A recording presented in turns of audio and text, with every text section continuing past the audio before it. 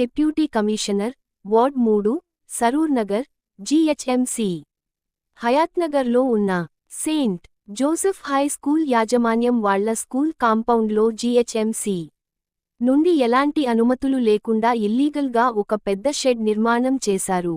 దీనివల్ల అందులో చదువుతున్న విద్యార్థులకు సరైన వెంటిలేషన్ లేకుండా గాలి, వెలుతురు లేకుండా చాలా ఇబ్బందులు పడుతున్నారు.